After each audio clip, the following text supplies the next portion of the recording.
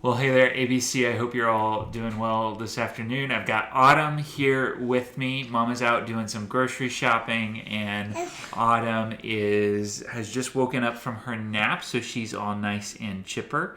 And so anyway, this might be a relatively short video, depending on how well she handles all of this.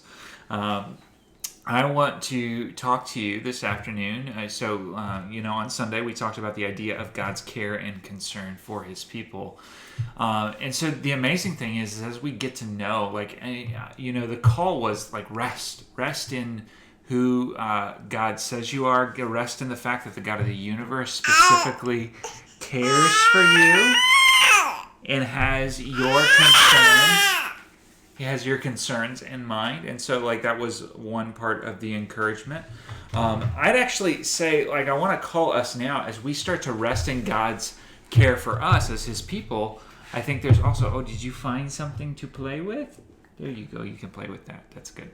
As we, think about God's care and concern for His people, there's a call for us to actually adopt God's heart for His people. That as we grow with Him, that we would have the same kind of heart towards His people that He has. And Galatians chapter 6 actually talks a lot about this heart, this care, this concern that we carry over. And so I just want to read to you the first few verses of Galatians chapter 6. Galatians 6:1, it says, "Brothers, if anyone is caught in any transgression, you who are spiritual should restore him in a spirit of gentleness." So the idea that we would see those who are caught in sin restored to fellowship and faithfulness and all this stuff. Keep watch on yourself, lest you too become tempted. Bear one another's burdens and so fulfill the law of Christ. This call that we are to care for one another, to be involved in the lives of one another, the things that we're struggling with, the things that we're dealing with, that we would have freedom to share that and know that somebody's walking with us through that. For if anyone thinks he is something when he is nothing, he deceives himself.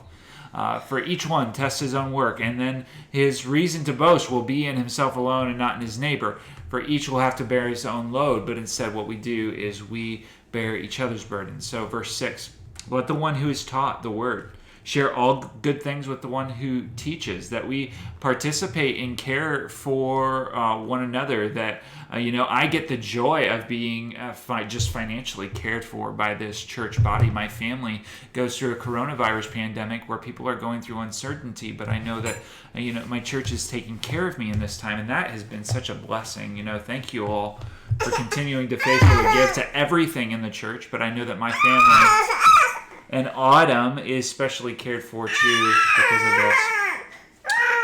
Verse 7 says, "Do not be deceived. God is not mocked. For whatever one sows, that will he also reap. For the one who sows to his own flesh will reap flesh. Let us not grow weary." This is the biggest part. "Let us not grow weary of doing good, for in due season we will reap if we do not give up. So then, as we have opportunity, let us do good to everyone, and especially those in the household of faith." Especially those in the household of faith.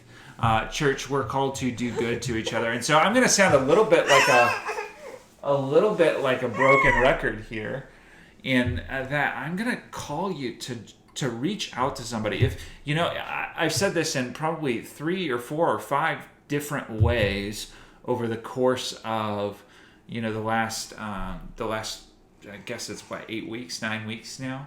And I just want to say it again, maybe what you can do is you can write a note to somebody in the church.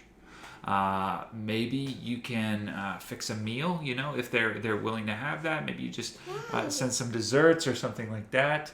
Maybe you can go, honestly, you could go visit somebody in their driveway and sit in your driveways across from one another and have a conversation. There's an opportunity there.